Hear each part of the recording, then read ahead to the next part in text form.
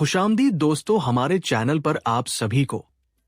औरंगजेब रहमतुल्लाह अलैह का इंसाफ और सख्ती वाला एक बहुत मशहूर वाक़या इतिहास में दर्ज है, जो उनकी न्यायप्रियता और शरीयत के मुताबिक फैसले करने की मिसाल बन चुका है। ये वाक़या बताता है कि बादशाह होते हुए भी उन्होंने अपने सिपहसालार या किसी बड़े ओहदेदार को बख्शा नहीं, अगर वो जुल्म करता था। वाक़या: जमीन पर जुल्म और औरंगजेब रहा का सख्त इंसाफ।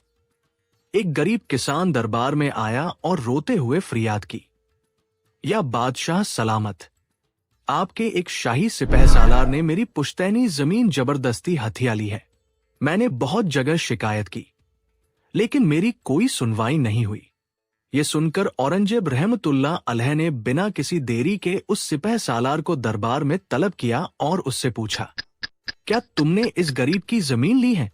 सिपहसालार ने घुमा फिरा कर जवाब देना चाहा, लेकिन औरंगजेब ने सख्ती से कहा, अगर तुमने इस गरीब की जमीन ली है तो ये शरीयत के खिलाफ है और मैं अल्लाह को जवाबदेह हूं। उन्होंने तुरंत काजी, इस्लामी न्यायाधीश को बुलाया और केस शरीयत की अदालत में पेश किया। काजी ने गवाहों और दस्तावेजों की बुनियाद पर फैसला दिया कि जमीन उस गरीब किसान की है। औरंगजेब रहमतुल्लाह अलैह ने उस सिपहसालार को फौरन उसके ओहदे से हटा दिया और हुक्म दिया कि इस किसान को उसकी जमीन वापस की जाए, और जितने दिन वो जमीन सिपहसालार के कब्जे में रही, उसकी आमदनी का हर्जाना भी किसान को दिया जाए। औरंगजेब का बयान: मैं अल्लाह के सामने अपने आप को जिम्मेदार समझता हूं। अगर मैं बादशाह होकर जुल्म को न रोक सका तो क़यामत के दिन अल्लाह को क्या जवाब दूंगा? इस वाक़ये से क्या सीख मिलती है?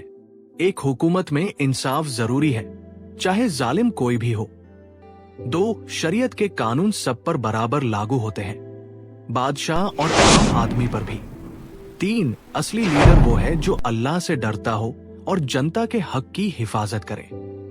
दोस्तों, अगर वीडियो अच्छी लगी हो तो लाइक जरूर करें और चैनल को सब्सक्राइब करें। खुदा हाफिज।